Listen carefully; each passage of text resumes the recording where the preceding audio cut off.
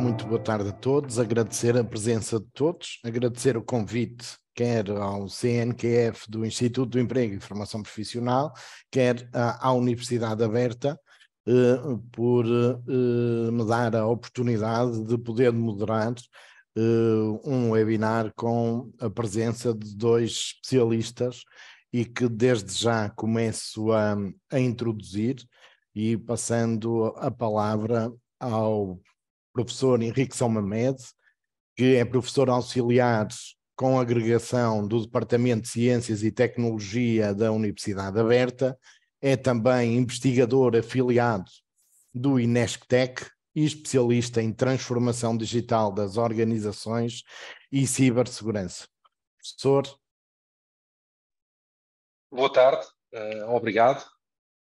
Eu venho aqui fazer uma sessão, então, sobre cibersegurança no mundo digital, que, deixem-me dizer-vos, é tudo menos um trabalho ou uma posição grata, aquela em que fico. Isto porque é extremamente complexo o tema e é extremamente difícil nós conseguirmos, num espaço de tempo tão curto como este que temos aqui à disposição, na verdade, referir todos os múltiplos, que são muitos, aspectos relacionados com a cibersegurança, porque estamos a falar de pelo menos 10 domínios de segurança. E, portanto, pensando que tinha 10 domínios, uns muito técnicos, outros nem por isso tão técnicos, decidi centrar a minha apresentação naquele que é o elemento mais frágil e que mais problemas levanta ao tema da cibersegurança. E que, por acaso, somos todos nós, que é o elemento humano.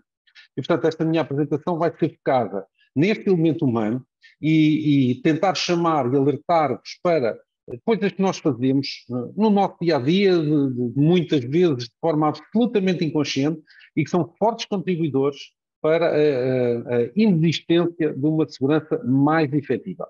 Eu vou partilhar convosco uma apresentação que preparei para este efeito. Agora vamos aqui. Ok? Muito bem.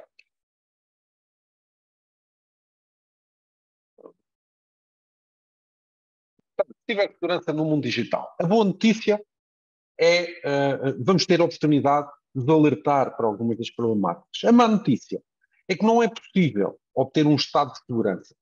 Ou seja, nenhuma pessoa, nenhuma organização, nenhuma instituição, seja ela qual for, mesmo pensando até naquelas instituições, não, que for militar, ou que se espera que tenham elevadíssimos graus de segurança, é possível estabelecer aquilo que se chama um Estado absolutamente seguro. Portanto, isso não existe. O que existem são processos, mecanismos, arquiteturas, ferramentas que permitem minimizar os riscos de segurança que estas mesmas instituições e organizações correm. E, portanto, o trabalho de um especialista em cibersegurança é um trabalho de análise de risco e de minimização daqueles que são os riscos mais importantes para essa mesma organização. Se um dia alguém vos disser, eu consigo colocar-vos a vocês ou a vossa organização num estado de absoluta segurança, vocês não devem mais dialogar com essa pessoa, porque podem ter a certeza que estão a falar com alguém que efetivamente não sabe muito bem o que está a dizer. Não nos podemos esquecer que esta magia de transportar dados, transportar elementos de um sistema computacional para outro, pressupõe a existência de uma rede, e a rede que nós hoje utilizamos para fazer tudo praticamente na nossa vida pessoal, a nossa vida profissional, foi uma rede concebida há 60 anos atrás e que tem ainda no seu cerne um modo de funcionamento da forma como foi criada. E, portanto, nós não conseguimos, com 60 anos de atraso em relação à evolução tecnológica, garantir, portanto, uma segurança que é, ou que devia ser, absoluta. E, portanto, o que podemos fazer é tomar algumas medidas de prevenção relativamente a isso. Por que é que nós precisamos aprender sobre cibersegurança? Porque hoje todas as atividades humanas, ou praticamente todas as atividades humanas, estão centradas nos dados e em tomadas de decisão que nós fazemos com base nesses mesmos dados. E tudo aquilo que nós fazemos, todas as atividades que nós fazemos, geram dados. E esses dados, mais cedo ou mais tarde, ou melhor, mais cedo que mais tarde, esses dados vão acabar em repositórios que estão disponíveis nessa rede global que nós chamamos de internet, de uma forma ou de outra. E quando eu digo aqui dados é em senso lato, ou seja, desde dados estruturados a dados não estruturados, fotografias, vídeos, e-mails, documentos que são produzidos, posts em redes sociais, enfim. Um sem fim de fonte de dados que acabam por ir parar a essa mesma rede. Portanto, se nós expomos a nossa vida, a nossa atividade, e tudo mais, que é traduzido pela forma de dados nessas redes, então se calhar importa perceber como é que eu posso minimizar os riscos que corro quando tomo essas mesmas atitudes. Notem que, por exemplo, na Europa existe uma preocupação das autoridades e, portanto, houve a criação de um Regulamento Geral de Proteção de Dados, foi uma diretiva comunitária que passou para a legislação dos diferentes países e que dá aos cidadãos os instrumentos e o poder de poderem controlar a forma como os seus dados privados são usados. Então, dão de volta ao cidadão o poder de poder controlar os seus dados pessoais. Não é que o cidadão tenha tido formação ou tenha existido formação de modo massivo sobre os instrumentos que hoje têm ao seu dispor para o fazer, isto está a ser, enfim, disseminado muito, diria eu, num processo de passa-palavra, mas eu acho que era importante que todas as pessoas tomem consciência que há legislação que lhes permite, portanto, tomarem posse e protegerem desses mesmos dados. E a primeira pergunta, não é, que há que colocar a todas as pessoas é o que é que efetivamente fazem quando estão online? Porque hoje em dia as pessoas tentam quase criar uma digital life, ou quiserem utilizar um termo mais comum, um digital twin, e portanto com esse digital twin na verdade acabam por transpor para essa outra rede, portanto, para esse espaço virtual, tudo aquilo que fazem no espaço real, no seu dia-a-dia. Isto significa que colocam fotografias dos locais onde estão quando estão fora, colocam indicações a dizer que estão de férias, colocam indicações a dizer quando voltam de férias, colocam indicações a dizer quem são os vossos filhos, onde é que eles andam, onde é que eles estudam, que atividades é que desenvolvem. Portanto, informações que têm um valor muito grande, mas que as pessoas de forma absolutamente voluntária, portanto, colocam, disponibilizam nas redes. Muita outra, e já iremos falar sobre ela, também colocam de forma absolutamente involuntária e que tem tanto valor quanto esta, mas nós insistimos em continuar a colocar esta informação. Ora, eu, se fosse um malfeitor, a primeira coisa que eu faria era, efetivamente, selecionar os meus alvos a partir, portanto, de simples posts nas redes sociais. Não é? Portanto, se há pessoas que insistem em declarar toda a sua vida, isso, e às vezes de forma até planeada e avançada no tempo, sobre o que irão fazer, quando é que se irão ausentar e quando é que regressam, isso dar-me um mapa pleno e até me permitiria planear as minhas atividades de forma tranquila, de maneira a fazer, por exemplo, o planeamento de assalto de casas, porque hoje em dia teria, diria eu, facilmente planeável a partir só da informação que as pessoas deixam nas redes sociais. O que significa que cada um de nós tem uma responsabilidade, não é? Tem uma responsabilidade sobre esta rede. O que eu não tenho a certeza é se nós efetivamente estamos conscientes que devemos assumir de forma plena essa mesma responsabilidade. Portanto, nós temos a responsabilidade de manter os nossos dados seguros. E seguros significa que nós podemos ter esses mesmos dados armazenados, mas ter mecanismos que garantam um mínimo de proteção de forma a que eles não sejam absolutamente públicos, de maneira a garantir que partilhamos com pessoas, mas utilizando mecanismos que fazem com que não estejam acessíveis a qualquer outra pessoa.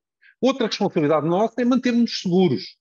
Manter-nos seguros significa tomarmos a consciência que nem tudo aquilo que fazemos na internet, que às vezes até achamos que é muito agradável, deve ser feito. E temos aqui vários exemplos. Por exemplo, é muito mais simples e mais fácil e até economicamente mais interessante eu fazer streaming utilizando websites piratas para ver séries e filmes que estão disponíveis de forma paga na Netflix, na HBO, na Disney Plus, enfim, nesses providers. E, portanto, é mais interessante eu fazê-lo. No entanto, devemos sempre pensar no seguinte, e esta é uma regra de ouro. Na internet não há nada grátis.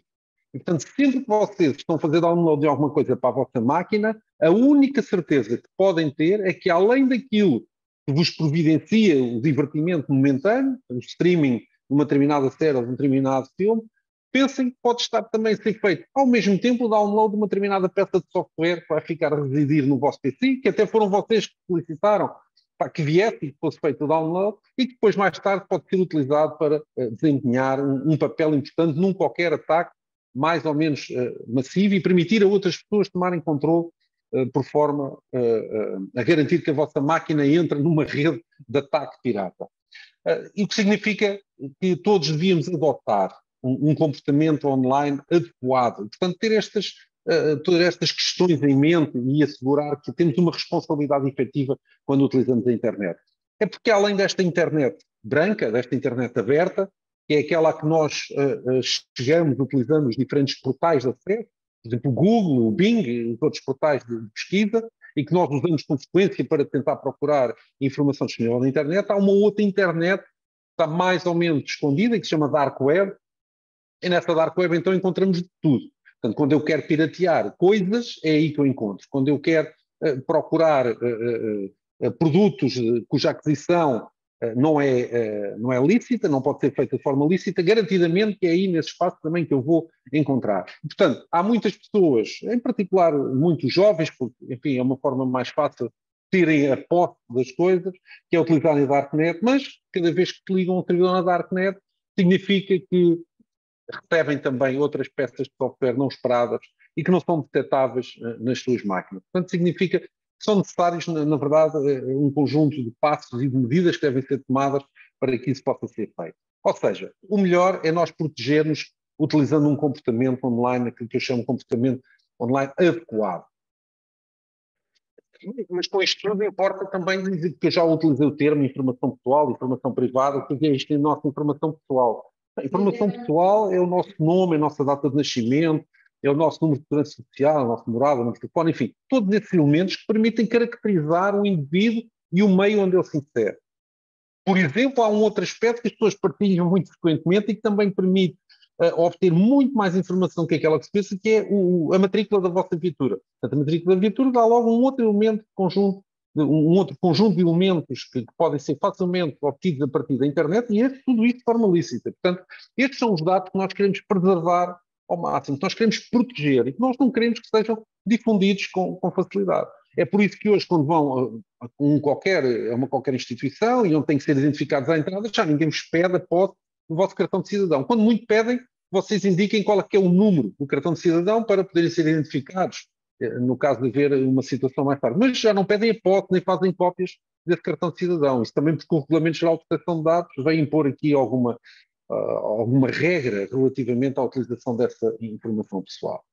Muitas vezes na internet, e não só, porque pensa que não é só pela internet que nós conseguimos hoje em dia obter informação e fazer ataques, muitas vezes ataques começam por outros meios que não propriamente o vetor de ataque da internet, e isso começa muitas vezes perguntando-nos ou pedindo-nos informação. Muitas vezes recebemos telefonemas, nós não conhecemos a origem, acreditamos piamente no que está a ser dito do outro lado, que é uma pessoa em representação de uma determinada entidade, depois nos pede um conjunto de informação e nós até podemos ter algum mínimo de interesse no produto ou serviço que aparentemente nos vai ter oferecido e portanto começamos a partilhar. Mas, no entanto, há três coisas que devemos sempre questionar.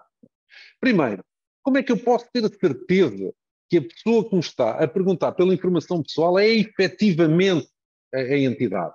Portanto, o quem?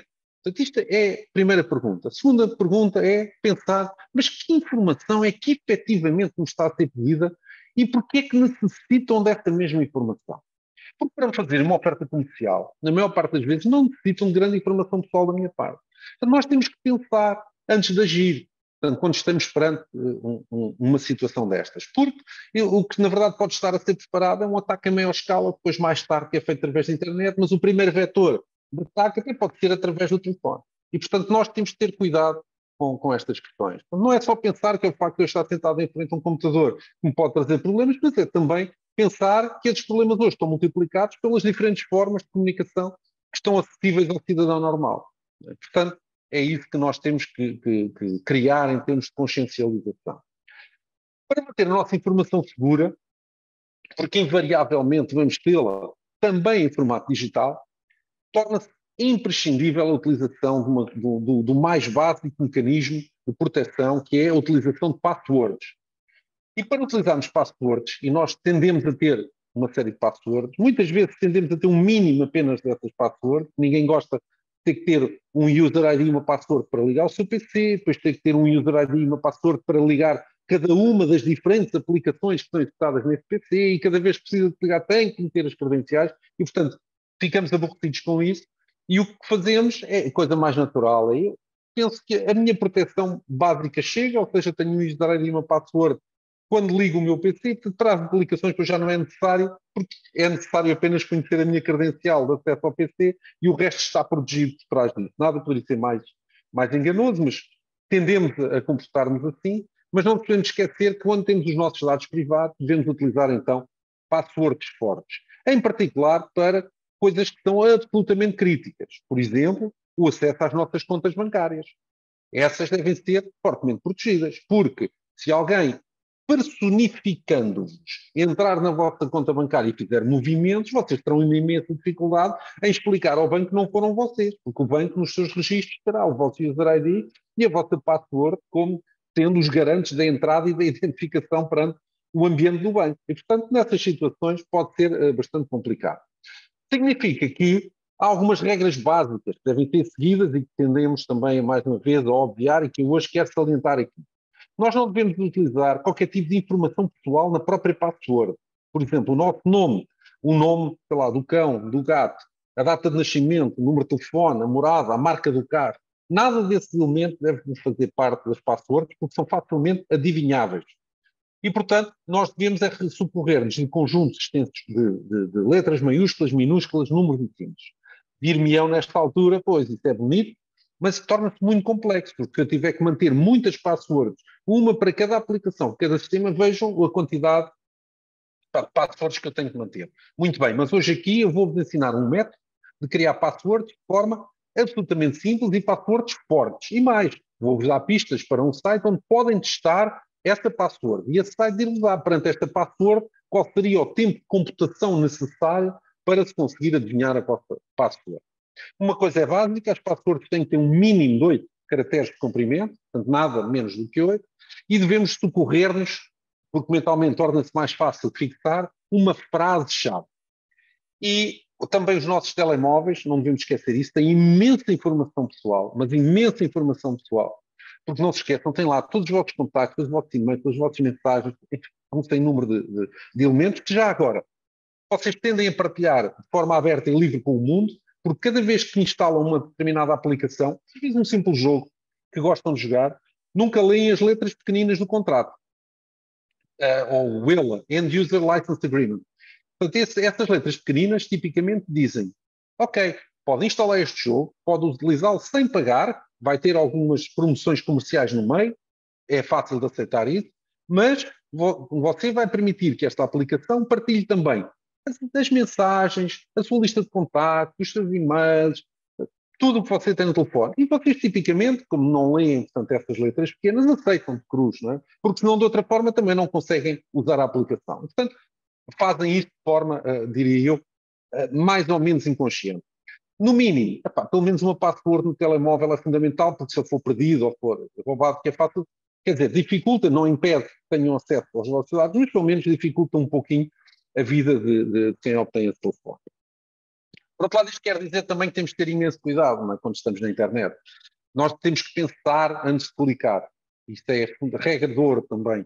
Portanto, eu não clico sem pensar primeiro se aquilo que eu vou clicar, efetivamente, vou fazê-lo de forma consciente. Porque essa é a única forma de nós evitarmos ataques, que hoje todos, enfim, entram no nosso léxico, por exemplo, os ataques de phishing, que são talvez a coisa mais comum nos tempos que correm em termos de volumetria de ataques no regime diário.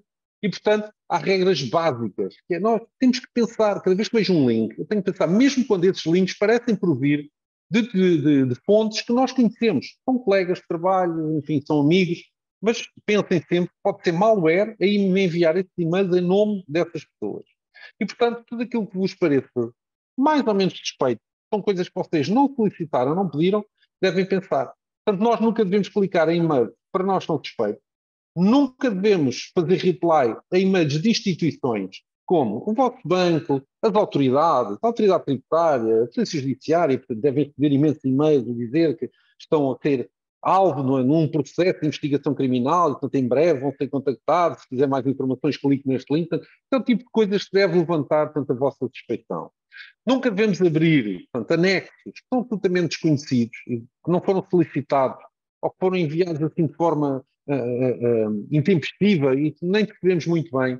Então não devemos abrir para tentar perceber, não é? Devemos ir à fonte e perceber o que é que recebemos. É essa que é a atitude correta. Também não devemos entrar em websites que de repente tem uma janela de pop-up onde até aparece o vosso user ID e só está a pedir a vossa password. Não devem fazê-lo. Não foram vocês que solicitaram aquela ligação, não foram vocês que abriram aquela janela. Isto é claramente uma tentativa de, utilizando malware, de capturar a vossa password. e também não devem aceitar ajuda, não é? Quando aparecem aqueles bots de dizer estou aqui, ajude, estou aqui disponível para ajudar, só preciso que me dê aqui umas pistas sobre os seus dados, sobre os seus elementos. Portanto, se quiser partilhar e eu a seguir ajudo, e vocês, inconscientemente levados pelo quente do momento, até partilham. Errado. Nós não devemos também fazer esse tipo de coisas. Também devemos sair na dimensão assim, ok, encontrei spam, epá, mas por acaso até tenho aqui a janela de preview no meu agente de e-mail aberto, e até fiz o preview disto, o que é que eu agora faço? Porque posso estar a correr risco? Bem, há formas, não é? Se vocês olharem para os manuais dos sistemas operativos que usam, há formas de eu sair do spam, garantindo que o mesmo não é executado quando eu saio. Portanto, é Alt F4 num PC Windows, é o Command W no caso de ser um Mac, mas isto é que é a atitude correta e também muitas vezes não vos é dita.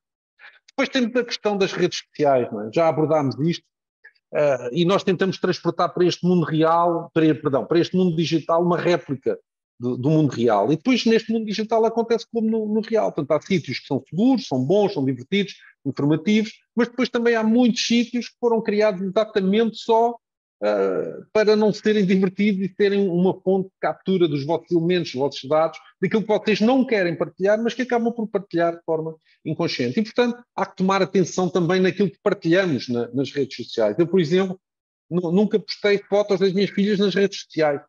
Pelas minhas redes sociais não conseguem perceber onde é que eu estou, o que é que estou a fazer, quem são as minhas filhas, nada, não conseguem fazer nada disso. E essa que é já agora a atitude correta, não é? Por outro lado, também, hoje em dia, as pessoas, em particular os jovens, vejo isto muito nos jovens, dizem, eu agora tenho 500 amigos no Facebook. E depois eu pergunto assim, então, mas quantas dessas pessoas é que efetivamente já viste no mundo real? Umas 50. Quer dizer, tem aqueles 500 amigos, e aqui estou a colocar a palavra entre aspas, enfim, sou de uma geração onde amigos tinha que ser alguém que nós fisicamente conhecíamos, podemos ver, contactar, ter atividades em conjunto e não pessoas que nós podemos tender a aceitar, não é? Com amizade nessas redes sociais e depois trocar mensagens com elas, mas na verdade não sabemos quem são. Nunca as vimos, só as conhecemos pelas fotos que lá são colocadas. Mas pensem, por trás pode estar uma organização, pode estar uma pessoa completamente distinta, não sabemos quem é, na verdade não sabemos quem é. E por muito que vocês digam, mas nós já partilhámos imenso na rede social e, portanto, já criámos aqui uma certa relação até de confiança, não há confiança nenhuma. A confiança é absolutamente nula, portanto, é apenas uma mera ilusão. E depois outra questão que também é fulcral. Aquilo que nós publicamos na net vai ficar na net para sempre, mesmo que vocês mais tarde venham a apagar, nem que seja num instante imediatamente a seguir a ter sido publicado, mas já foi replicado. Portanto, ele já foi replicado, até por questões de segurança dos data centers, onde estas aplicações das redes sociais se executam. Portanto, aquilo que vocês gostaram foi replicado, já existem vários servidores, e, portanto, a memória está criada, a memória futura ficou criada, e, portanto, nunca mais conseguem apagar aquilo que é digitalmente criado. E isto também pode ser preocupante. O que significa, no fim desta conversa toda, é apenas que nós somos a nossa própria maior ameaça. Portanto, os humanos são efetivamente o elemento mais fraco da cadeia da segurança. O que significa que é sobre os humanos que nós temos que focar a nossa atenção. Vocês pensem no seguinte, um dos grandes hackers fizeram uma história, e fica para a posteridade e que vem em qualquer bom livro que conte uma história sobre cibersegurança, que é o Sr. Kevin Mitnick, entretanto falecido. Foi um grande hacker, ele conseguiu roubar milhões de dólares de bancos norte-americanos e que já agora, tecnicamente, não dominava os aspectos dos sistemas computacionais. Portanto, ele utilizava, essencialmente, técnicas que vêm da psicologia e que nós chamamos de engenharia social, portanto, através da manipulação de pessoas. E, portanto, vejam que nem sequer hoje é preciso o domínio das técnicas para nós conseguirmos, efetivamente, criar ciberameaças e fazer ataques e criar problemas à cibersegurança. Não, basta estas técnicas de cibersegurança. Portanto, isto prova que o elemento humano é efetivamente o elemento mais fraco, mas temos uma imensa dificuldade. Nós não conseguimos manter-nos seguros. Nós queremos partilhar e queremos partilhar cada vez mais e cada vez com mais pessoas e queremos ter redes cada vez mais largas e mais alargadas e queremos ter cada vez mais contacto por esse mundo fora, pensando que as pessoas são efetivamente quem dizem ser. Portanto, partilhamos tudo. Imagens, tons, texto estruturado, vídeos, enfim, partilhamos tudo aquilo que conseguimos produzir em termos de dados.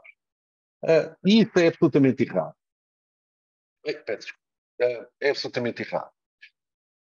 Isso significa que não conseguimos assumir de forma plena este comportamento online adequado. E depois pensem, os jovens muitas vezes publicam coisas, enfim, que podem ser criticáveis, não é? E que muitas vezes o são, e não se podem esquecer que um dia vão chegar ao mercado de trabalho, e o mercado de trabalho vai fazer uma pesquisa exaustiva, utilizando a internet, porque hoje é isso que os recrutadores fazem, na tentativa até de fazer o cross-check com esses elementos, não é, que constam dos currículos das pessoas. E depois encontram determinados aspectos, coisas que as pessoas postaram num determinado momento, determinado contexto, e que não são agradáveis e não conseguem ser eliminados. Não é? Há um velho ditado que diz "What happens in Vegas stays in Vegas", mas infelizmente na internet "What happens in the net stays in the net forever". E se fica na net forever, podem ter a certeza de ficar acessível a qualquer pessoa que queira fazer uma pesquisa sobre o assunto e sobre vocês em particular. E, portanto, devemos ter cuidado, devemos ter atenção com aquilo que publicamos na internet. É que quando eu partilho alguma coisa, eu partilho, até vou partilhar só com uma pessoa, o problema é que essa pessoa também tem as suas redes, também faz as suas partilhas e, portanto, partilha com outras pessoas. Por sua vez, tem as suas redes e partilham ainda com outras pessoas. E assim sucessivamente. Até que, de repente, aquilo que eu partilhei com uma pessoa, em milissegundos, de repente está partilhado com uma quantidade muito vasta de pessoas e está espalhado pelo mundo inteiro. E eu já não consigo voltar atrás. Por muito que tente, eu já não consigo voltar atrás. E depois eu partilho com pessoas que não sei quem são. Portanto, os tais amigos, não é, que eu chamo. No entanto, outro princípio básico, stranger danger.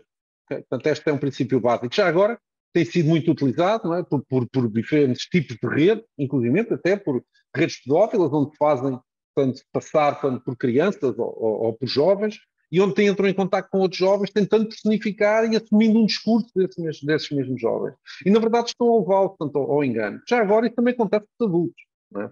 Utilizando redes sociais de contacto, podem estar a ser absolutamente enganados. Nós não conseguimos ver a outra pessoa.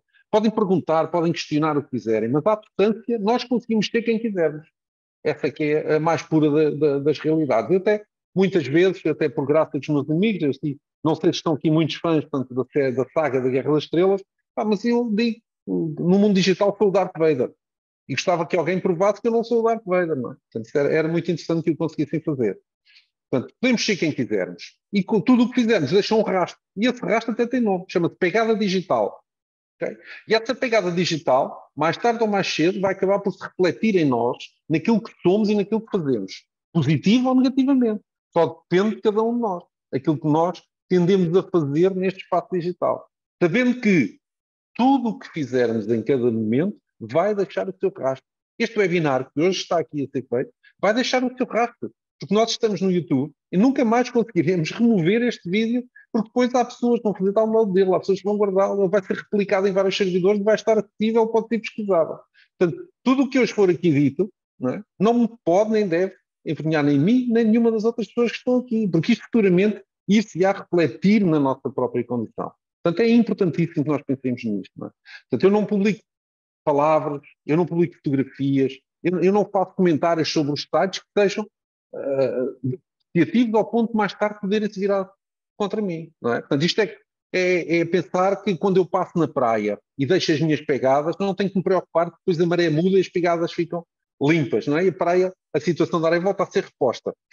Mais notícias. Na internet isso não acontece. E, portanto, tudo aquilo que fizermos não fica apagado. Depois temos as questões do cyberbullying. Nós hoje associamos muito aos jovens, mas, na verdade, o cyberbullying também pode ser feito sobre pessoas não tão jovens. Não é? E, portanto, é um problema sério, é um problema complexo. No fim, eu até vou deixar um conjunto de links.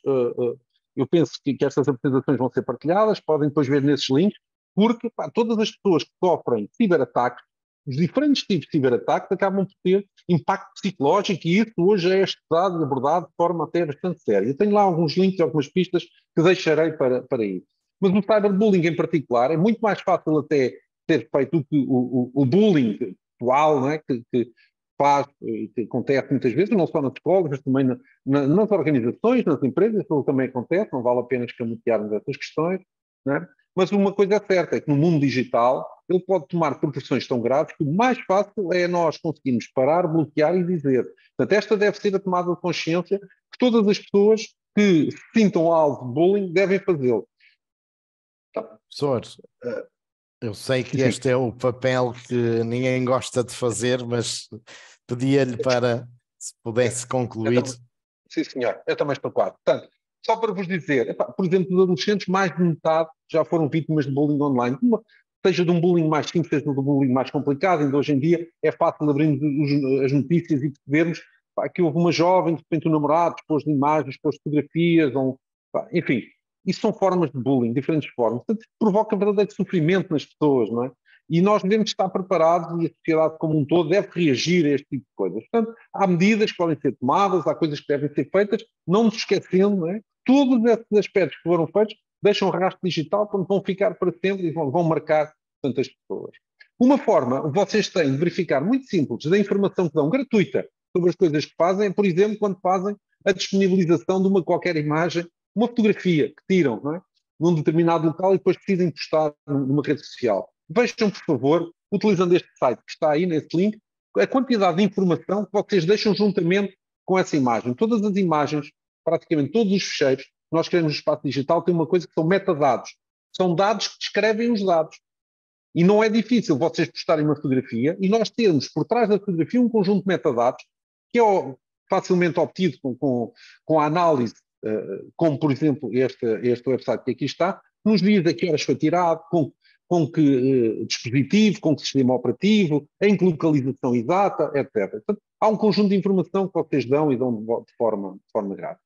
A escolha das tais passwords fortes, bem, enfim, há aqui um conjunto de passos que podem ser e devem ser utilizados, utilizando frases-chave.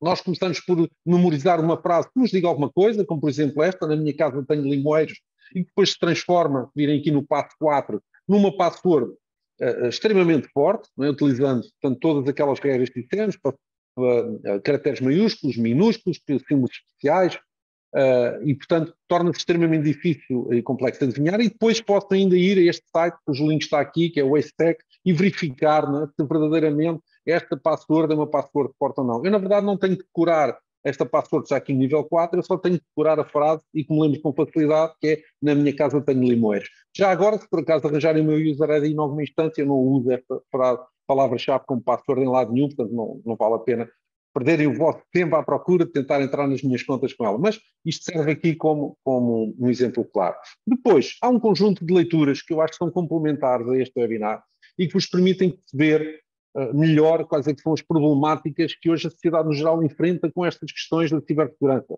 Portanto, desde o lado negro da tecnologia, se quisermos chamar, porque ela pode ser utilizada de múltiplas formas, incluindo as más, mas também as questões do impacto psicológico, de sofrer um ciberataque, seja ele bullying ou outra forma de ataque, e o que é que isso significa, tanto para as vítimas, não é, desses ciberataques, até para as pessoas que estão numa organização que de repente fica 3 dias sem conseguir operar normalmente porque foi vítima, portanto, de um ataque em larga escala. E depois, por fim, e para terminar, as práticas de ciberhigiene. São basicamente 5. O mais possível utilizar sistemas de autenticação multifator, que é, não basta um user ID e uma password, depois tem que ter uma confirmação, por exemplo, no meu telemóvel, esse tipo de coisas. É aplicar princípios de Zero Trust, significa nós não confiamos em nada, portanto, isso é básico. Depois é utilizar soluções anti-malware adequadas, portanto, além dos sistemas de antivírus. Depois manter todos os sistemas e aplicações que temos o mais atualizadas possíveis e proteger bem os nossos dados, em particular aqueles que são dados pessoais e sensíveis. E, portanto, é esta a minha apresentação. Peço desculpa por ter dilatado um pouco aqui o tempo e fico disponível depois para as questões. Depois desta primeira apresentação, que me deixa aqui uma primeira reflexão, e se calhar as coisas mais simples são aquelas que são mais complicadas depois de praticar, que geralmente é como diz o velho ditado, só morre afogado quem sabe nadar, porque são aquelas pessoas que mais facilitam, mas se calhar esta primeira intervenção leva-nos aqui a refletir de que nós no mundo virtual e no mundo digital devemos ser tão cuidadosos como somos no mundo terreno, que é, nós nunca emprestamos a chave de nossa casa a alguém que não é conhecido, nós nunca emprestamos o nosso cartão de crédito também a quem não é conhecido. Portanto, temos que nos precaver nas situações mais básicas. Mas, avançando aqui no nosso webinar, passaria agora a palavra ao nosso segundo orador, ao Luís Garcia, que é doutorado em informática, especializado em cibersegurança, em ethical hacking, redes e cloud computing, e investigador em TIC, na educação e aprendizagem colaborativa. É também formador com experiência em Portugal e países africanos de língua oficial portuguesa, nas áreas técnica do digital e da informática e também na componente pedagógica. Passaria então a palavra ao Luís Garcia.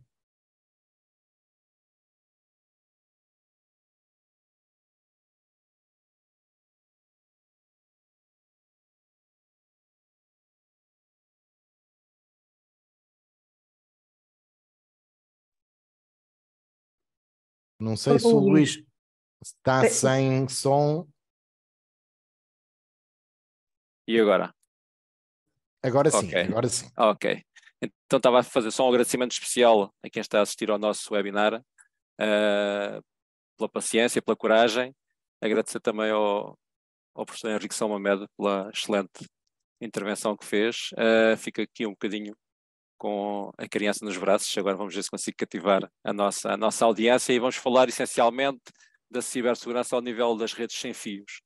Porque todos nós temos a tendência, eventualmente, de ter que estar conectados, e esta questão do sem fios nem sempre é sem problemas, às vezes tem mesmo sem problemas. E porquê? Se repararmos, se é sem fios não há propriamente estanque, ou seja, não há paredes que resistam. Inclusivamente em minha casa eu posso estar muito feliz na minha rede e ter alguém dentro da minha rede, e isso pode ser tão constrangedor para mim. Por outro lado, aquela tentação de ir ao shopping e enquanto a minha esposa faz compras eu eventualmente ir consultar o meu e-mail ou o meu saldo bancário com uma rede pública não é propriamente a melhor prática, e vamos falar um pouco disso. E depois ter a noção de que até que ponto é que eu tenho a certeza absoluta que a minha rede é segura. Pegando um pouco nas palavras que o professor Henrique há pouco falava, se nos prometerem segurança absoluta, isso é um logro, porque não se pode prometer segurança absoluta, muito menos no digital. Então, o meu convite é falarmos um pouco do que é que acontece quando eu me ligo a uma rede wireless, só para termos uma noção como é que se processa a nossa ligação a uma rede wireless, seja pública ou seja a nossa rede em casa. Aquilo que eu chamo Wi-Fi-aholic, não é propriamente uma palavra, mas é por que razão eu não devo me ligar-me a qualquer rede que me apareça à frente, muito menos às redes públicas. Ligar-me, até me posso ligar, é um risco, mas fazer algumas atividades eu deveria eventualmente evitar. E finalmente, vamos falar da rede do vizinho, que é como quem fala da nossa rede, e ver até que ponto é que seria tão desagradável chegar a casa e estar alguém sentado no meu sofá a ver a minha televisão. Não digo a beber a minha cerveja, porque eu por acaso não sou muito apologista da cerveja, mas seria um bocado desagradável chegar a casa e estar alguém que eu não conheço de lado nenhum sentado no meu sofá. E vamos começar justamente pela questão que eu chamei qual é a minha password. Isto tem um pouco a ver com a metáfora, o que é que acontece quando eu me conecto a uma rede wireless. Nós temos aqui um router, vamos lhe chamar um ponto de acesso, um access point. Não é exatamente a mesma coisa, mas a minha ideia é eu quero me conectar a uma rede wireless, seja em minha casa, onde eventualmente tenho um router do meu provedor, seja o qual for, ou até em termos de uma rede pública, haverá algures, mais ou menos escondido, no entanto, um ponto de acesso. Esse ponto de acesso permite que vários equipamentos, smartphones, tablets, PCs, etc., se possam conectar a ele sem qualquer ligação física. Ao fim e ao cabo, através do ar, digamos assim. Por outro lado, geralmente o que eu faria, por exemplo, no Windows, seria visualizar as redes disponibilizadas por esses mesmos pontos de acesso, por esses APs, e escolher a rede que eu me quero conectar. Chamamos a isto o SSID, uma coisa que se chama o Service Set Identifier, mas nós geralmente dizemos que é o nome da rede. Tecnicamente é um SSID. Portanto, temos aqui algumas redes. Na prática, o SSID até se subdivide em dois pontos mais específicos, aquilo que nós chamamos o Extended SSID, que é justamente o nome que a minha rede e que as redes wireless têm, e outro ponto menos conhecido que é o Basic SSID, que é um número mais ou menos assim, que parece quase a chave do Euromilhões, não é? Isto é uma identificação que cada equipamento de rede possui. Nós chamamos isto de um endereço físico, o MAC address. Vamos dizer que é uma espécie de bilhete de identidade que o meu smartphone tem, o meu PC tem, o meu router, um AP terá, ou seja, todas as placas de rede têm uma identificação destas que, à partida, e teoricamente, será única no mundo, embora possa não ser necessariamente verdade. Quando eu me conecto a uma rede, também há uma questão de segurança que eu geralmente tenho, que é a minha password, e eu tenho uma password da minha rede e ninguém sabe aquela password, e poderá ser verdade ou não.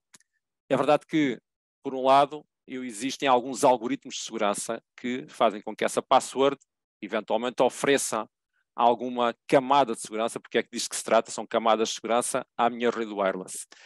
Nós eventualmente, em nossas casas, teremos algo parecido com a WPA2, eventualmente alguns de nós já estaremos um nível acima, mas o provável é que, de uma forma generalista, estejamos ainda em WPA2. E o que é isto do WPA2 ou do WEP ou do WPA? É justamente o nível de segurança que nós temos na nossa rede wireless. Logicamente que, possivelmente, entre estes três, o que será o mais evoluído no momento será o tal WPA2.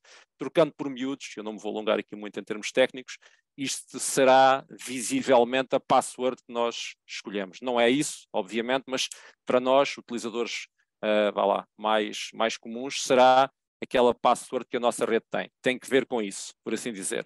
E então, quando nós nos ligamos a uma rede wireless, o que é que sucede? Basicamente, o router, o AP, o tal ponto de acesso, é um chato, porque está sempre a gritar. Basicamente, o nosso router grita para todo lado.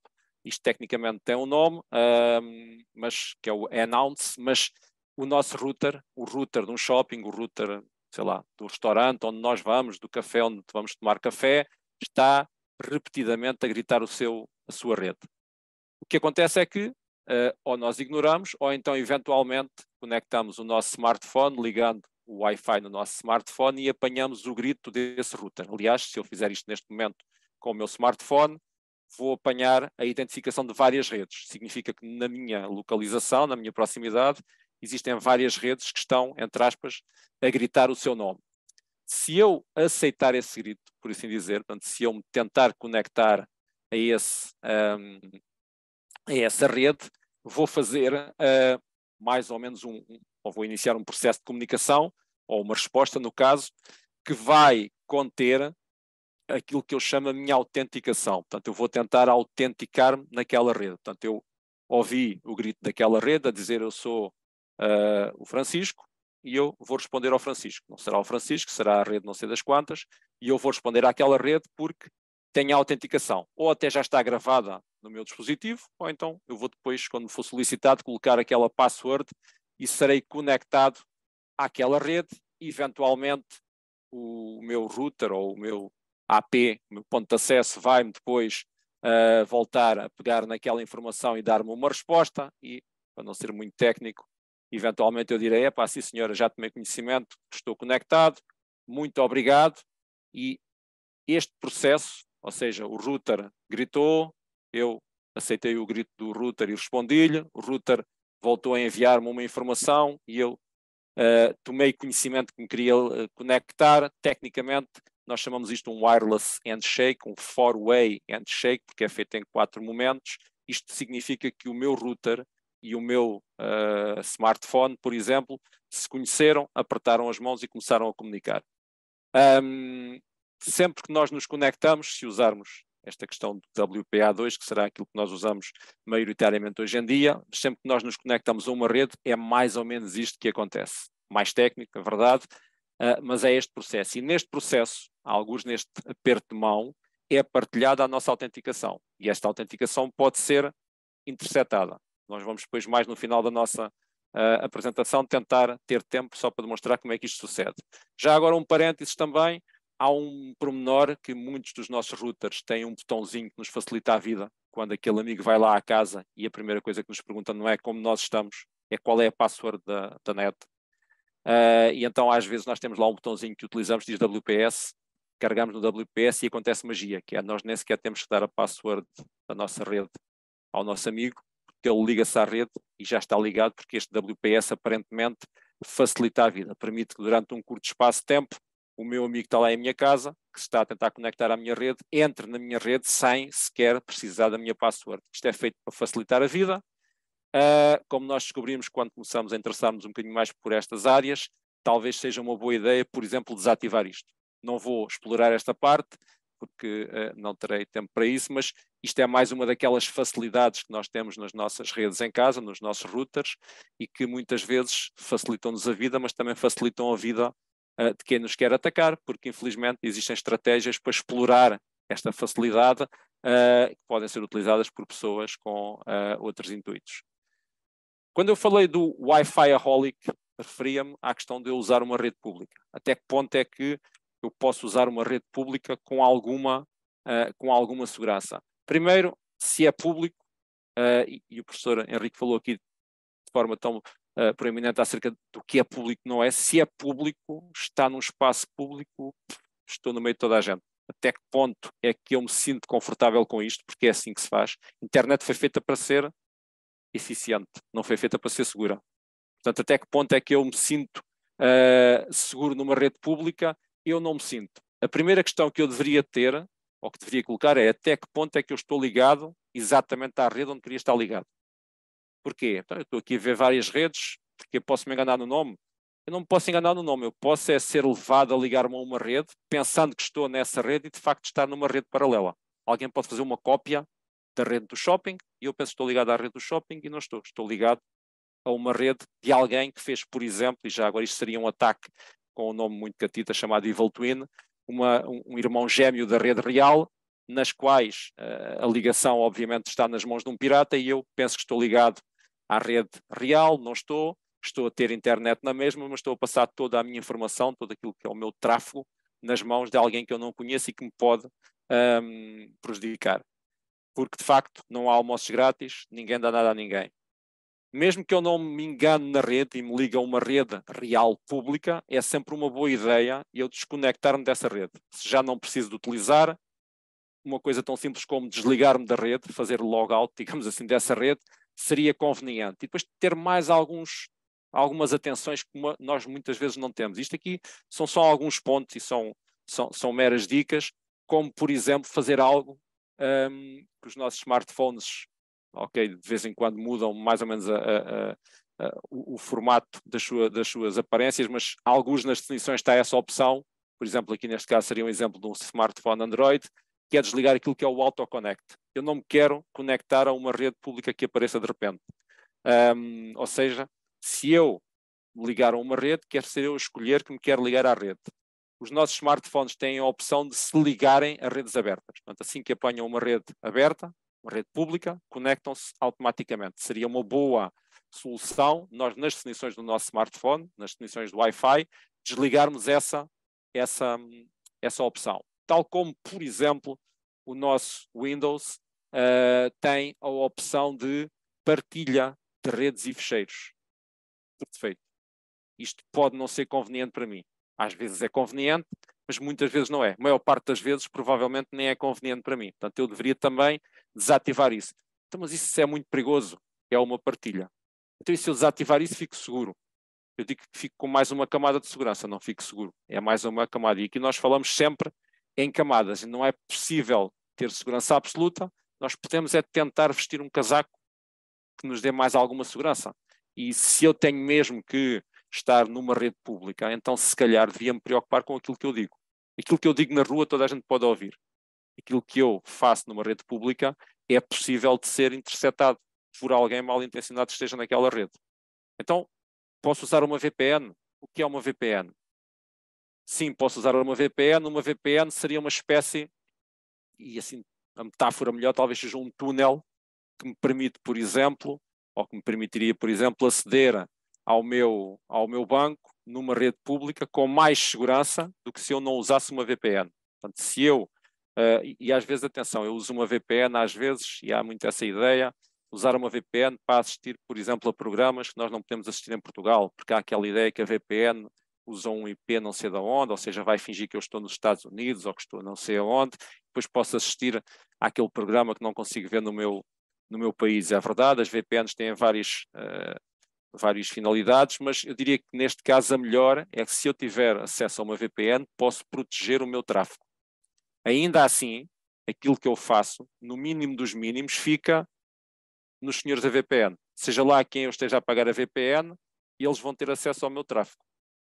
Por mais que digam que não têm acesso, que não partilham os dados e que não guardam dados, eu nestas coisas gosto muito de me sentir mais seguro e não confio, por exemplo, embora seja uma boa ferramenta, mas, por exemplo, gestores de passwords, eu gosto mais de confiar na minha memória ou numa técnica menos digital.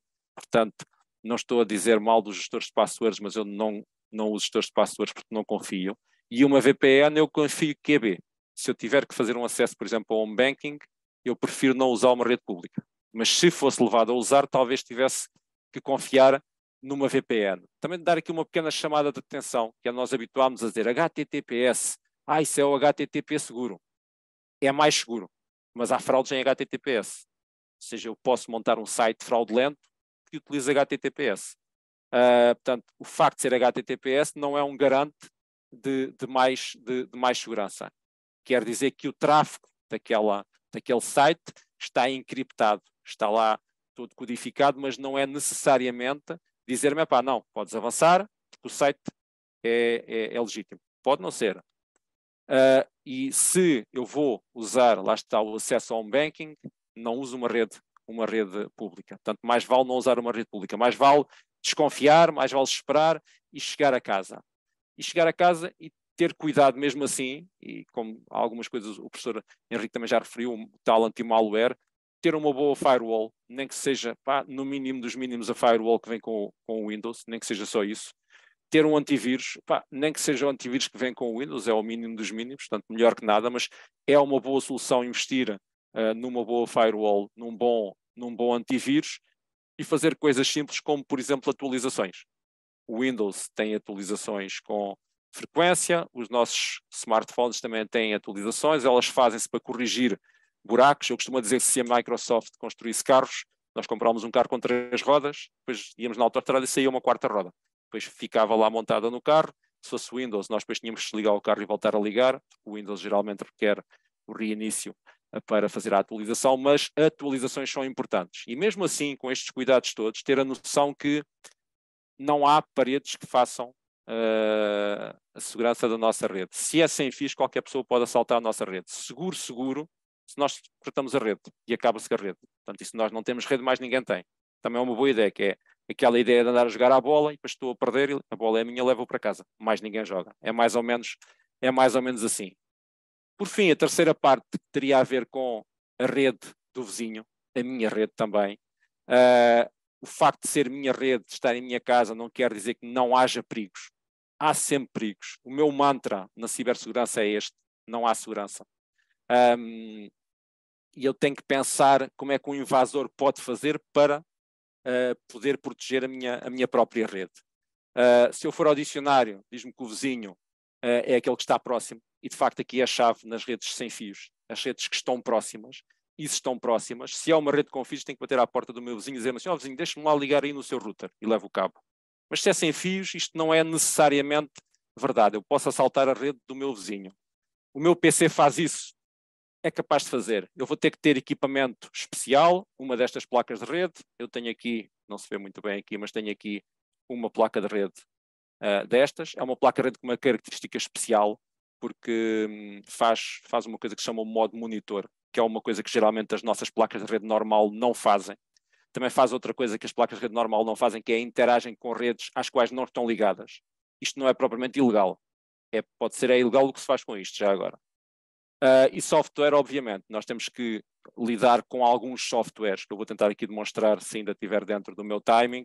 Temos que lidar com alguns softwares que nos permitem fazer este tipo de ataques. Eu vou usar uma coisa que se chama AirCrack, é um kit, para quem se lembra do MacGyver, é o kit, é tipo aquele canivete suíço que o MacGyver utilizava, e basicamente, para acabar aqui a parte teórica, se está no ar, pode ser interceptado, seja lá onde for. Porque está no ar, não existe segurança. Eu acho que é a melhor ideia para retirar aqui do nosso webinar é que não existe segurança. Nós podemos ir colocando camadas de segurança, e às vezes camada de segurança é eu ficar quieto. Como estava há pouco ali a ver da apresentação do professor Henrique, nós não temos os cuidados, não temos a higiene necessária na nossa relação com o digital. E finalmente, achar aqui a ideia que a galinha do meu vizinho tem uma password, mas nós vamos fazer um ovo estrelado com a galinha do vizinho. Ou melhor, com os ovos da galinha do vizinho. Finalmente, uma frase de um senhor chamado Richard Clarke, de facto, diz que muitas vezes nós merecemos ser pirateados. E, de facto, às vezes nós merecemos porque não temos o cuidado necessário. Eu queria só aqui, rapidamente, fazer uma pequena demonstração. Luís, ainda Sim. tem 5 minutos, portanto não precisa de fazer a demonstração muito rápido. Então, nós temos aqui o seguinte. Este é um sistema operativo chamado Kali, é uma espécie de Windows, só que é um Windows a sério, com todo o respeito para a Microsoft. Eu vou usar aqui a minha placa de rede, portanto vou ligá-la no computador. Ele vai detectar que eu fiz a conexão aqui da minha placa de rede. Eu vou também ligar um router para ser a rede do meu vizinho, porque eu não posso fazer isto numa rede qualquer, porque eu não quero ir preso. Isto, obviamente, feito numa rede qualquer é um crime. Eu vou fazer na rede que eu controlo, que é esta rede aqui. E a primeira coisa que eu vou fazer será isto, um comando que vai tentar verificar se a minha placa está a funcionar corretamente. Às vezes, a lei de Murphy aparece e não funciona, mas ok. A placa que eu liguei é esta. Ela está a trabalhar numa coisa que se chama modo managed. A primeira coisa que eu vou fazer é, vou mudar o que está aqui, portanto, vou mudar isto, que está aqui, e vou colocá-la a trabalhar no tal modo pirata, que é o modo monitora. Portanto, deixem-me só colocar aqui.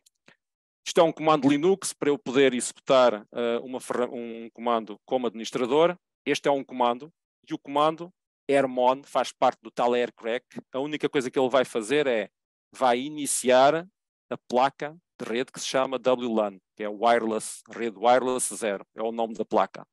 Portanto, ele vai pedir umas credenciais de administrador e agora vai tentar colocar esta placa a trabalhar em modo monitor, no tal modo pirata. Ele diz que já desativou o modo de estação, o modo de trabalho normal e ativou o tal modo monitor. Portanto, neste momento, já está a trabalhar em modo pirata.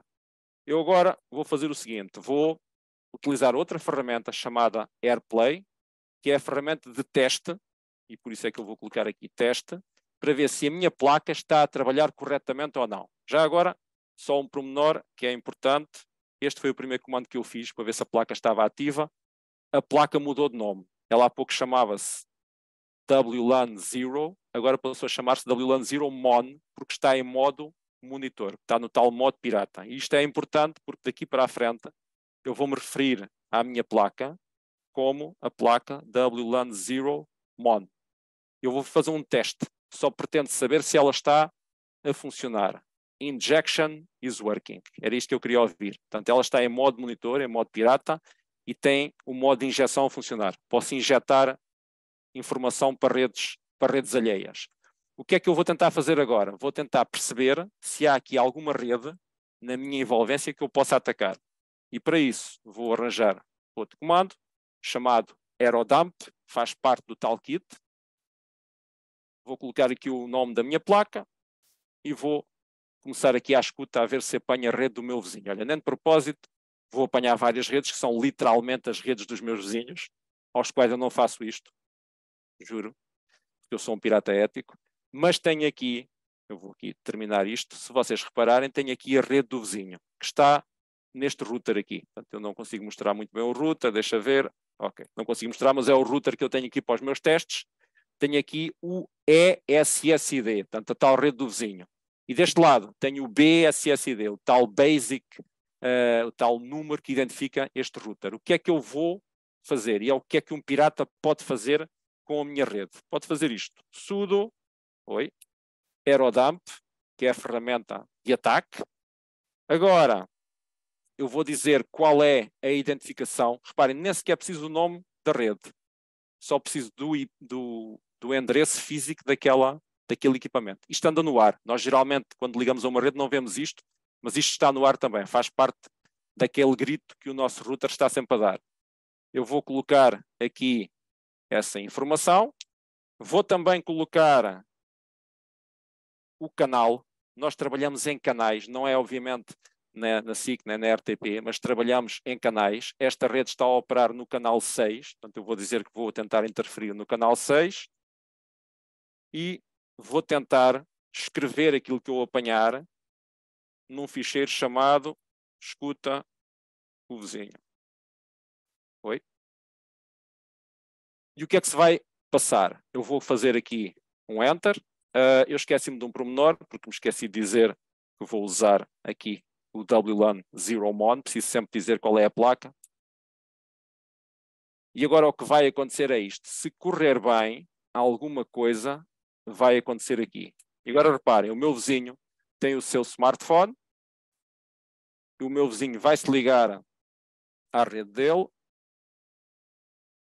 Deixa-me lá procurar aqui das redes todas que estão a aparecer.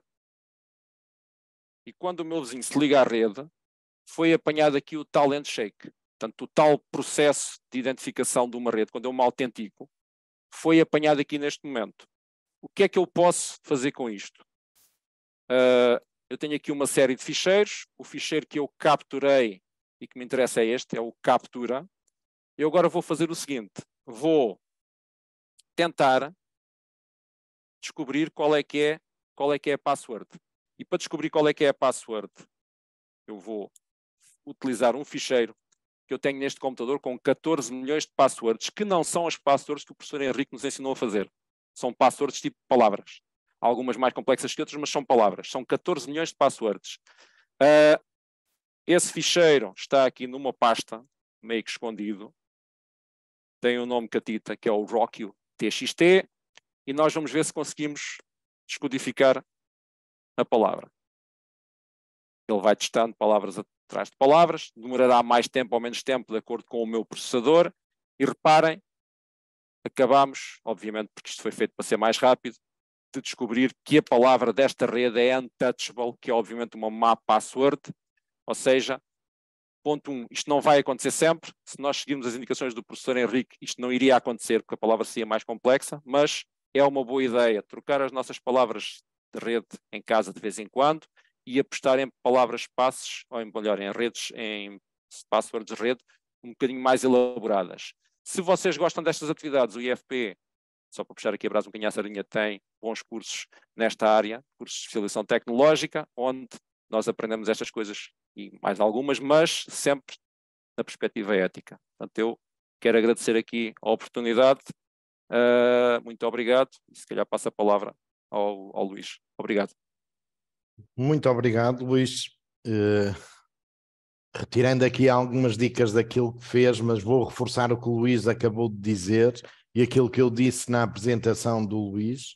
Ele tem formação especializada em Ethical Hacking, portanto, isto é como tudo, quando a energia atómica também foi criada, foi no sentido positivo e houve alguém que a utilizou para fins menos positivos. E tudo isto deve ser encarado numa lógica de positiva e como uma mais-valia para nos ajudar a estarmos cada vez mais seguros. E como o Luís acabou de demonstrar, se nós conseguirmos precaver situações como estas, e como o professor Henrique São Mamede também nos demonstrou, quando nós conseguimos ter uma fechadura reforçada, termos uma password bastante elaborada, dificilmente, mas nunca se consegue, conforme o Luís também acabou aqui de dizer, nunca se consegue ter uma segurança total. Nós conseguiremos salvaguardar aquilo que é o mínimo e mitigar os efeitos da falta de segurança quando estamos no mundo virtual. Quero aqui recordar que as declarações de presença, isso para quem nos está a seguir através do YouTube, porque não consegue visualizar as respostas que já foram dadas, as declarações de presença serão enviadas a quem as solicitou no momento em que preencheu o formulário para se inscrever neste webinar. Eu também já fui vendo aqui que o professor Henrique São Mamede já respondeu à grande maioria das questões que foram colocadas, mas tenho aqui ainda algumas, porque quem não tem acesso a estas respostas eu quero aqui colocar algumas até ao Luís Garcia, por causa desta questão do acesso ao nosso home banking, por exemplo. O que é mais seguro? Será através de uma rede Wi-Fi pública ou através dos nossos dados do operador a quem pagamos para ter acesso à rede de internet? Eu diria, sem dúvida, entre uma rede pública e os meus dados, prefiro os meus dados, 10-0, obviamente. Acreditando no meu provedor, não é? Prefiro os meus dados. Isto para dizer que eu utilizo home banking, mas nunca, mesmo nunca utilizei numa rede pública. Ou por motivos óbvios. Professor, não sei se quer complementar. Sim, concordo em absoluto, porque apesar de eu estar a utilizar os meus dados numa perspectiva de uma ligação que eu contratei, sobre a qual consigo ter algum tipo de controle, eu prefiro do que estar a fazer isso numa rede pública, porque a rede pública qualquer pessoa pode estar a escutar. Por exemplo, devem haver poucos aeroportos, enfim, no lado mais ocidental do mundo, para que não estejam permanentemente, portanto, sniffers, não é? Portanto, máquinas que fazem a monitorização e a captura de praticamente todo o tráfego, não é? Que circula nas redes Wi-Fi que o aeroporto disponibiliza tanto aos seus passageiros, redes essas que já agora nem sequer carecem de qualquer tipo de autenticação para nos conseguirmos ligar. Porquê? Porque nos aeroportos nós temos executivos de empresas, temos até investigadores, aliás, há um problema sério, ainda há pouco tempo estive na República Checa com os colegas exatamente no tema de cibersegurança e do roubo de propriedade intelectual de proveniente de investigação. E um dos problemas é exatamente colegas que ligam portanto, os seus PCs, onde têm papers científicos que estão a elaborar e que de repente conseguem ver que há publicações que se antecipam a ele, né, sobre o tema que eles estavam a desenvolver, e muitas vezes utilizando blocos e parágrafos de texto que eram exatamente iguais aos textos que se tinham nas máquinas. Isso acontece exatamente porque as pessoas se ligam nestas redes públicas e a partir do momento que uma máquina se liga na rede pública, a máquina também está mais ou menos aberta e disponível para conseguir ir à máquina e tirar de lá coisas, não é? Sem que o utilizador disso se aperceba. Portanto, acho que isso diz tudo, não é? Professor, eu iria lhe pedir, visto que temos alguns participantes neste webinar que estão a assistir através do canal do YouTube, e como também não conseguiram fazer questões, colocá-las por escrito aqui no nosso chat, se poderia escolher uma ou duas daquelas que já respondeu, que acha que seja um complemento àquilo que foram as vossas intervenções.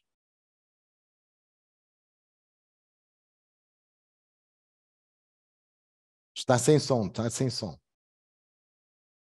Eu estava a dizer que eu não tenho acesso às questões que estão a ser colocadas no YouTube, simplesmente também não estou ligado. Também estou não, aquelas que respondeu e que teve acesso através do chat aqui na sala do Zoom, porque depois os participantes que estão no YouTube podem não ter... Torna-se difícil porque são questões, eu diria que são já muito direcionadas a um ou outro aspecto em particular e acho que seria, para complementar, teriam que ser questões de âmbito mais genérico, não é? Mas digamos que na apresentação está lá o meu e-mail. Se quiserem colocar depois as questões por e-mail, eu terei todo o gosto em responder a todos os e-mails que me enviarem. Sem exceção. Acho que é mais fácil. Eu vou ler aqui uma das últimas questões que foi colocada por um dos nossos participantes no webinar. E se calhar começaria por fazer essa questão ao Luís Garcia. Quem é que em Portugal assume a responsabilidade de zelar pela segurança na internet?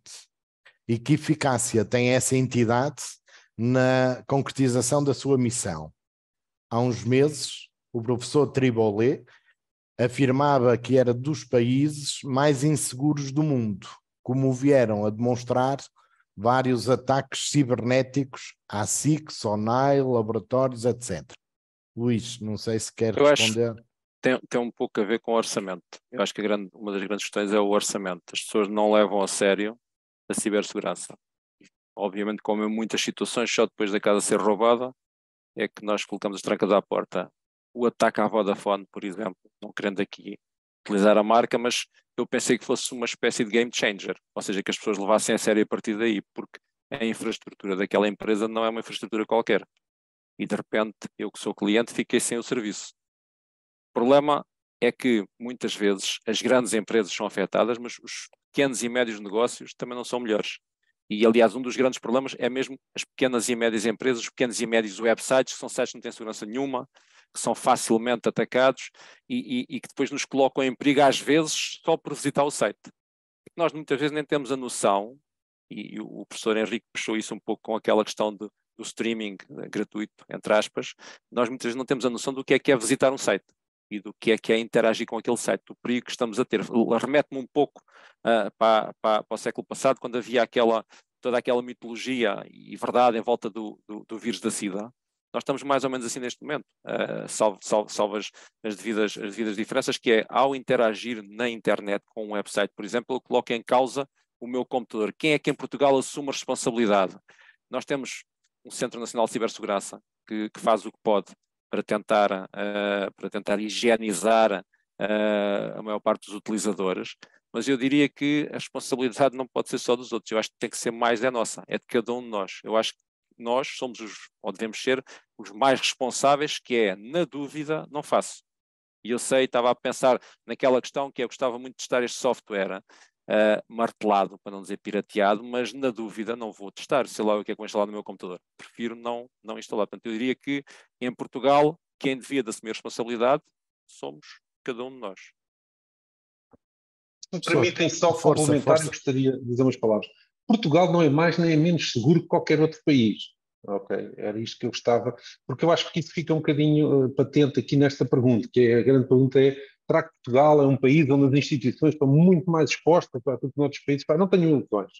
Portanto, primeiro, não há segurança, portanto, não é possível criar um estado de segurança absoluto. O que existe é gestão de risco, minimização do mesmo através de diferentes formas, processos, tecnologia, ferramentas, educação, informação das pessoas, etc. Portugal sofre ataques que vêm, que são publicitados, já agora também sofre muito mais ataques que não são publicitados, e são muitos mais os que não são publicitados do que aqueles que vocês leem nas notícias, mas o mesmo acontece em todos os outros países do mundo. Em particular, desde que começou, enfim, esta situação provocada pela guerra na Ucrânia, que tem crescido, portanto, o número de ataques que estão a ser disputados contra todos os países ocidentais, do qual os Estados Unidos também não fugirá à regra. Mas, por outro lado, isso significa que a guerra já extravasa no mundo do espaço físico, não extravasou para esse mundo digital que nós queremos quase que seja uma réplica virtual do mesmo, e portanto é natural que essa guerra se faça sentir. Não é? Depois, há outros problemas a outros níveis. Não é? Vocês interroguem-se, por exemplo, que não passa um único mês em que uma das Vodafones europeias não sofra uma multa por causa de quebrar a legislação relativa ao Regulamento Geral de Proteção de Dados, que é o mesmo em todos os países da Europa. Não é?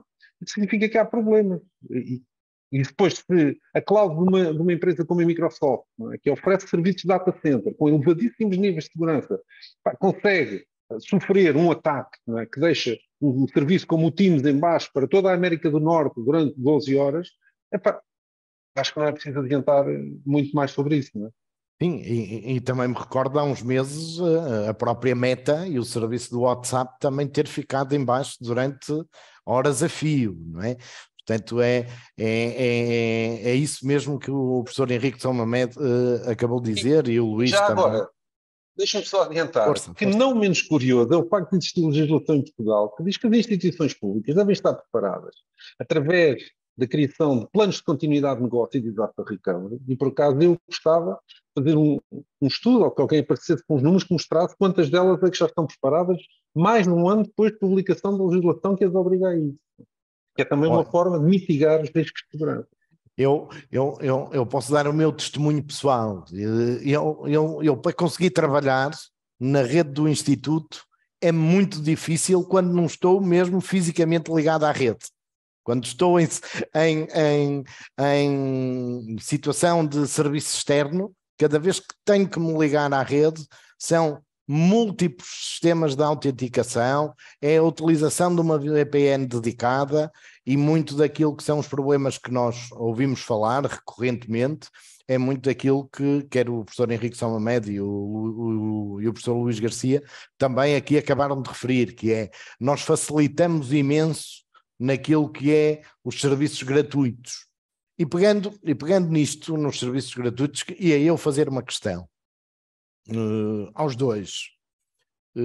Nesta era da transformação digital, e conforme foi dito no início desta sessão, eu tenho essa responsabilidade dentro do Instituto, que é gerir todos os projetos e programas de transformação digital na qual participamos, na qual o Instituto do Emprego e Formação Profissional participa.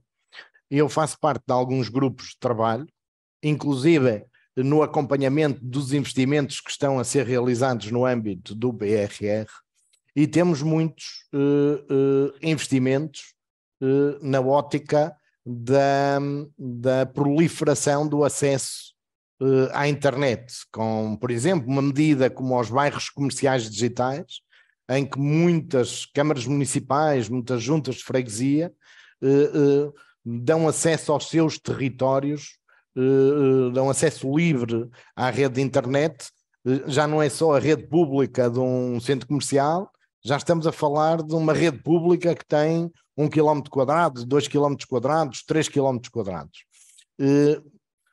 Queria-vos questionar até que ponto isso aumenta o risco de poderem existir situações como estas, que acabamos de falar ao longo destas vossas intervenções. Professor, se quiser. Okay. Então, no meu ponto de vista, mais oportunidades não são necessariamente más. Isto é mais ou menos aquela história de nós irmos de férias, que foi há tão pouco tempo, e vamos à praia e está um dia fantástico, só que de repente a bandeira está amarela. Nós podemos estar na praia na mesma, desde que conheçamos o código e saibamos o que é que podemos ou não podemos fazer. Podemos tomar banho, não podemos é nadar.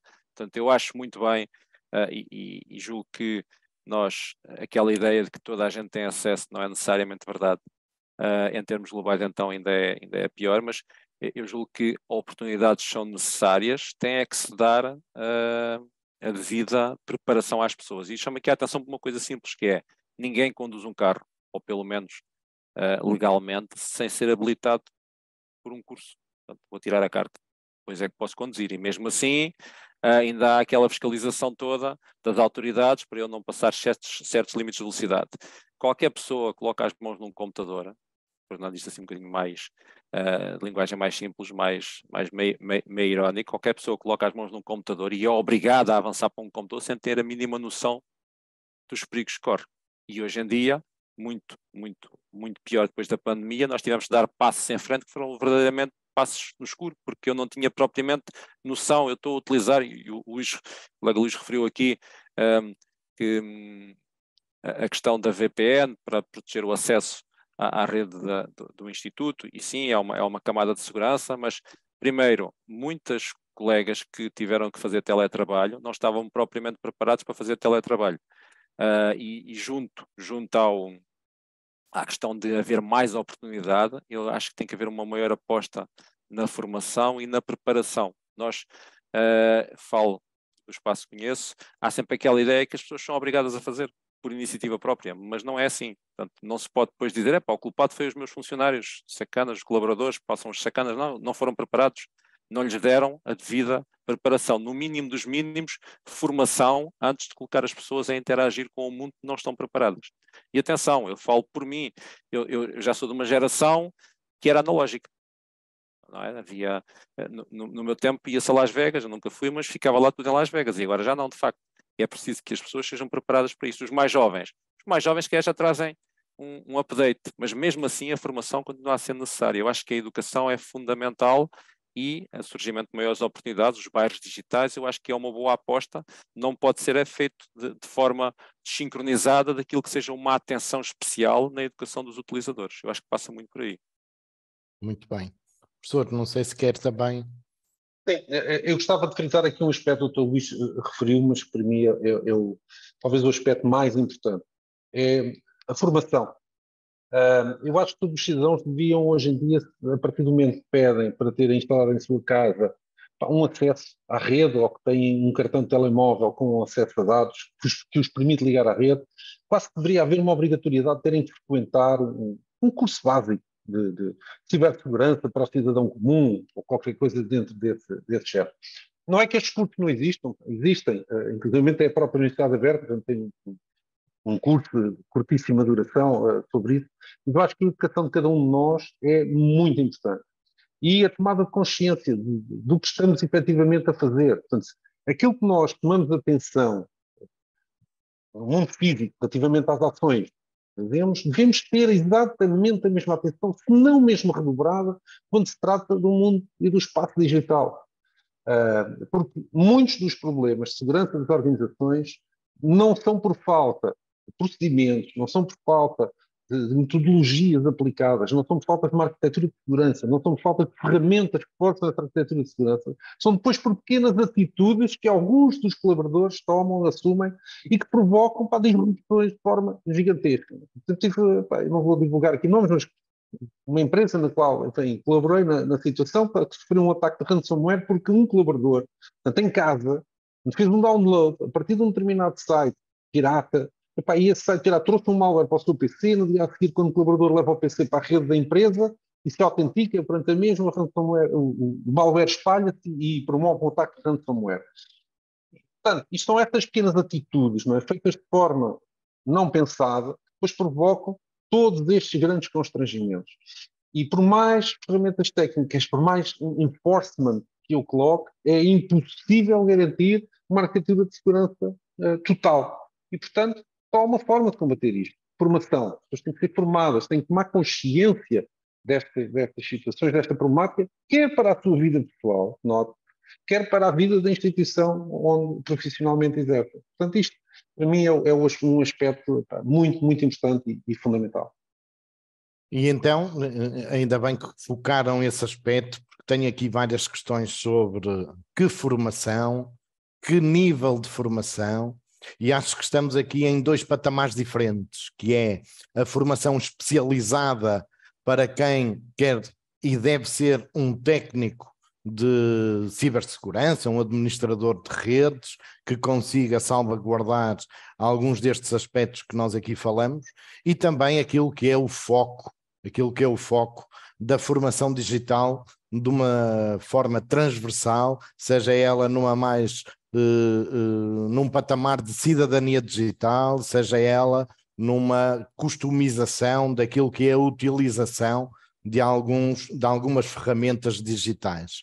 E tenho aqui algumas questões que são difíceis de responder, principalmente para alguém que está ligado ao ensino superior e alguém que é um especialista nesta área e que desenvolve formação, mas como é que conseguimos identificar o que é uma boa ação de formação nesta área, o que é uma boa entidade formadora para salvaguardar a credibilidade e a qualidade da formação? Porque pior do que a insegurança e o receio é ter uma sensação de falsa segurança, porque muitas das vezes nós vemos por aí milhares de ofertas de formação nesta área e nós que acompanhamos estes processos de mais de perto conseguimos identificar logo quais são aquelas que têm menos qualidade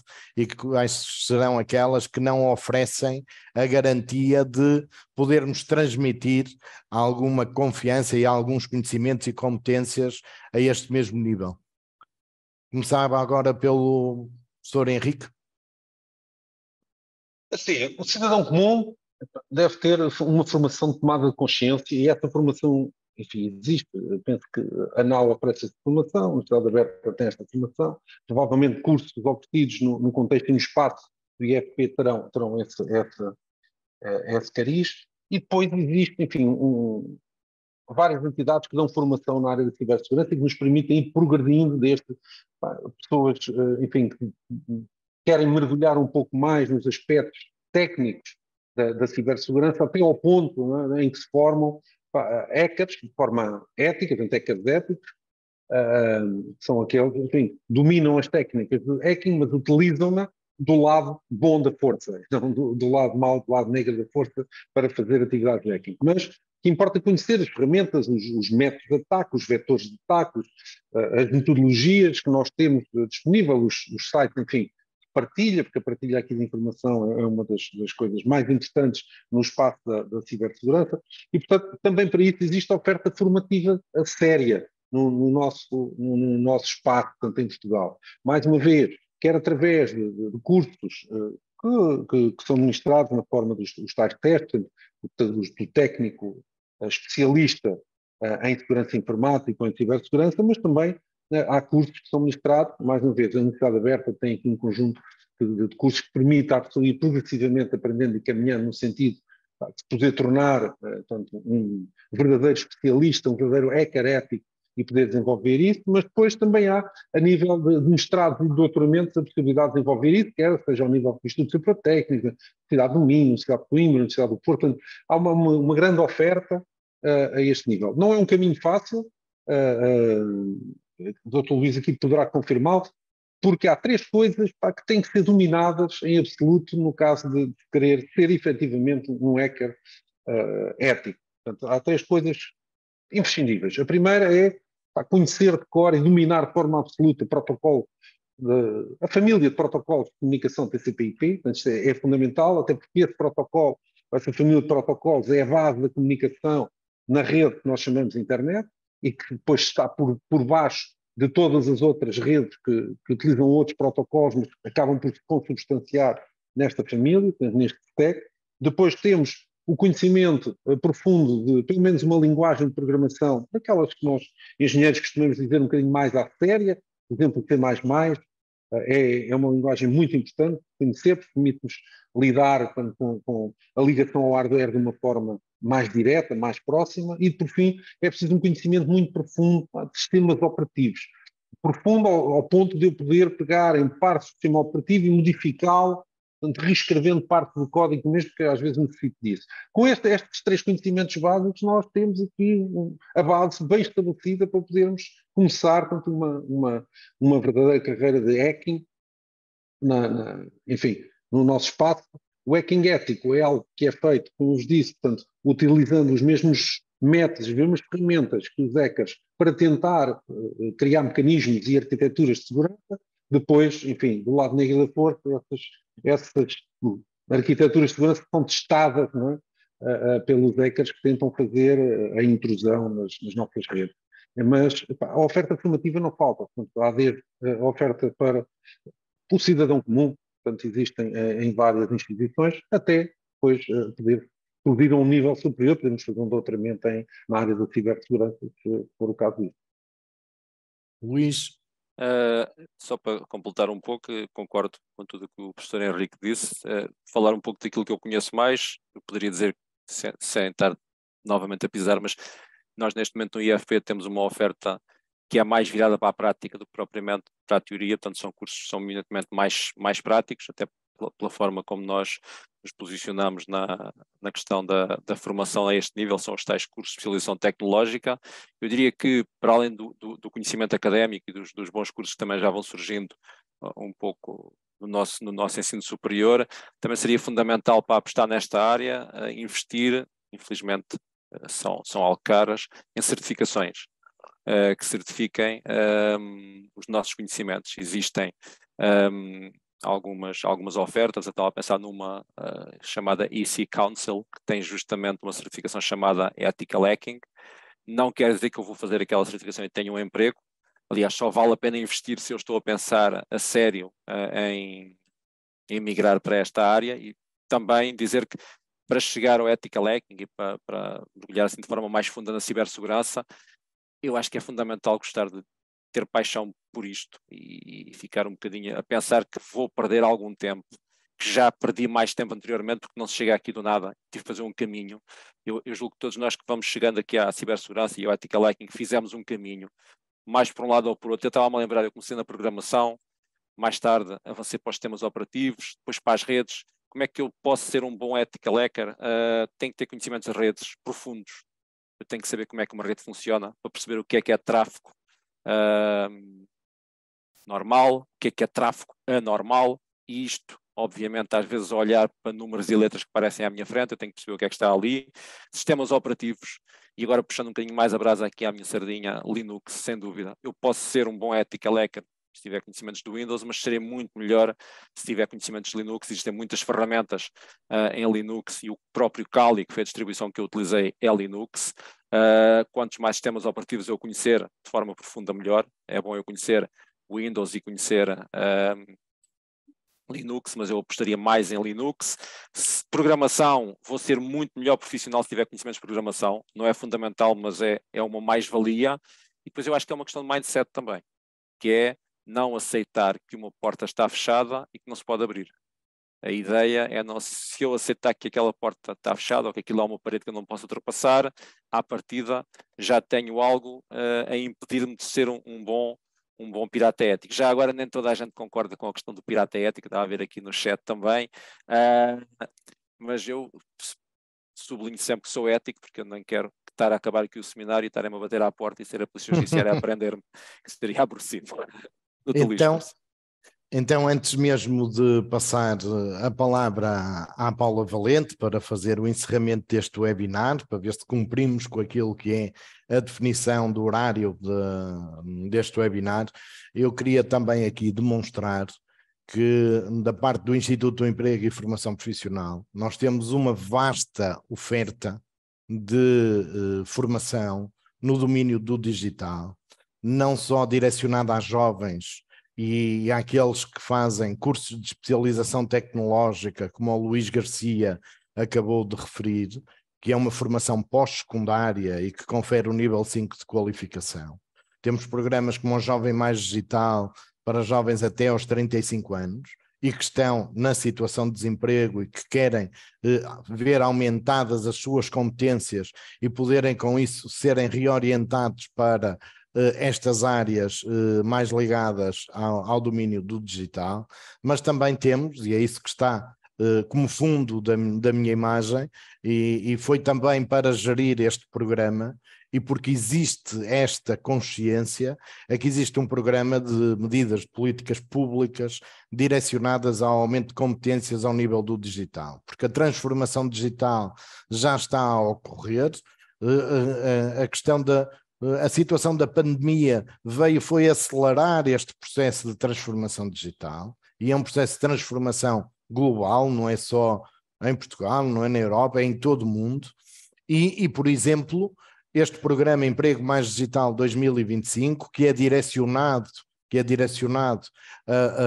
a pessoas que estão inseridas no mercado de trabalho, não é só uma resposta, porque muitas das vezes pensa-se que a resposta do Instituto do Emprego e Formação Profissional é única e exclusivamente dirigida a pessoas que estão em situação de desemprego. Não, nós temos medidas em concreto direcionadas àquelas pessoas que estão enquadradas no mercado de trabalho e que, para anteciparmos situações de desemprego e até para melhorarmos os níveis de produtividade das nossas empresas, nós estamos a dar a oportunidade para os nossos concidadãos poderem aumentar as suas competências no domínio do digital.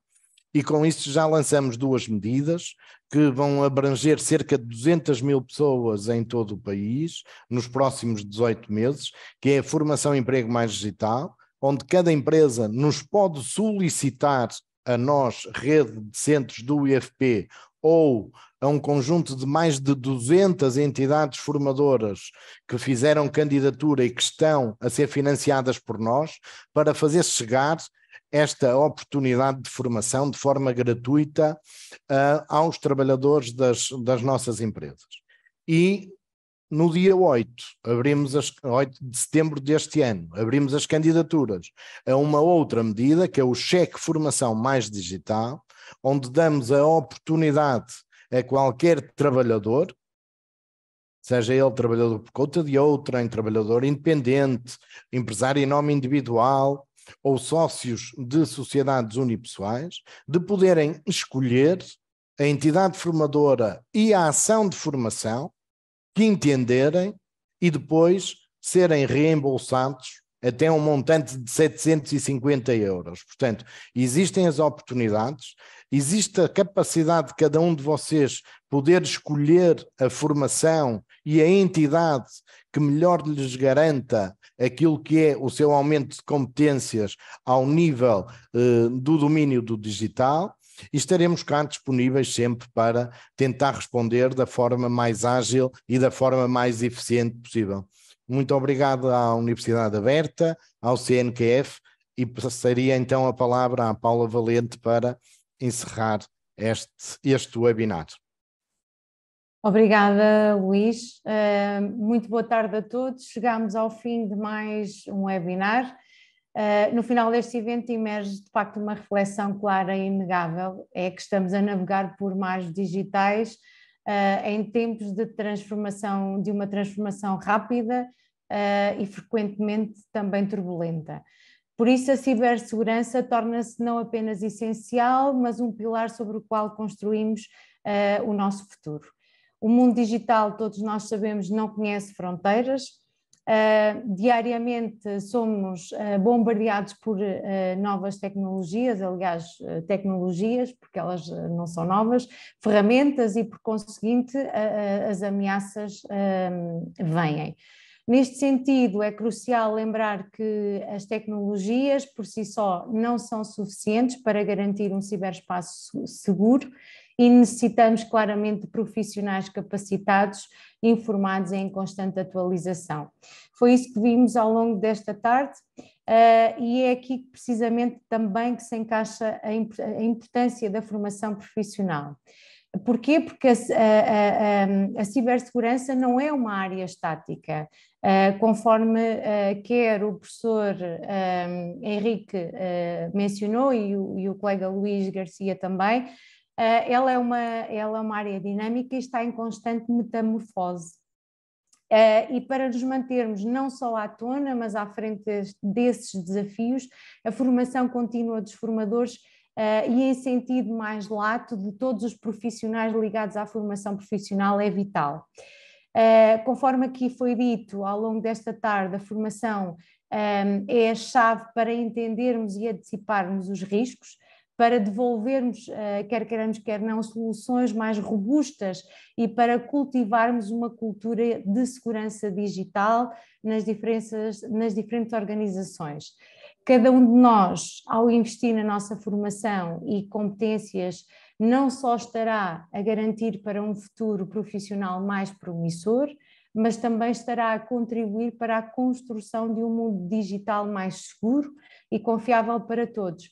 Eu diria que, tal como também os nossos oradores frisaram ao longo desta tarde, é uma responsabilidade, mas também ao mesmo tempo uma oportunidade.